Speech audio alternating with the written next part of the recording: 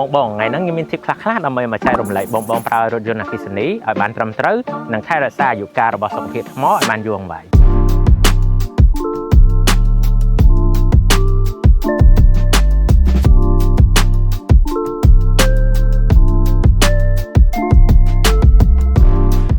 បងខ្ញុំសុំសួរបន្តិចបានអត់ថាបងសល់ថ្មប៉ុន្មានទើបបងយកទៅសាកបាទចំណុចតូចៗទាំងអស់នេះឯងដែលបងគួរយល់ដឹងដើម្បីឲ្យសុខភាពថ្មឡានរបស់បងប្រើប្រាស់បានត្រឹមត្រូវនិងមិនងាយខូចដើម្បីធានាថារថយន្តប្រើប្រាស់បានយូរបងគួររក្សាថាមពលថ្មល្អបំផុតចន្លោះពី20ទៅ80%បងមិនគួរប្រើប្រាស់អស់រហូតដល់ 0% ឬសាកពេញរហូតដល់ 100% ញឹកញាប់ពេកទេព្រោះវាធ្វើឲ្យឆាប់ខូចគុណភាពថ្ម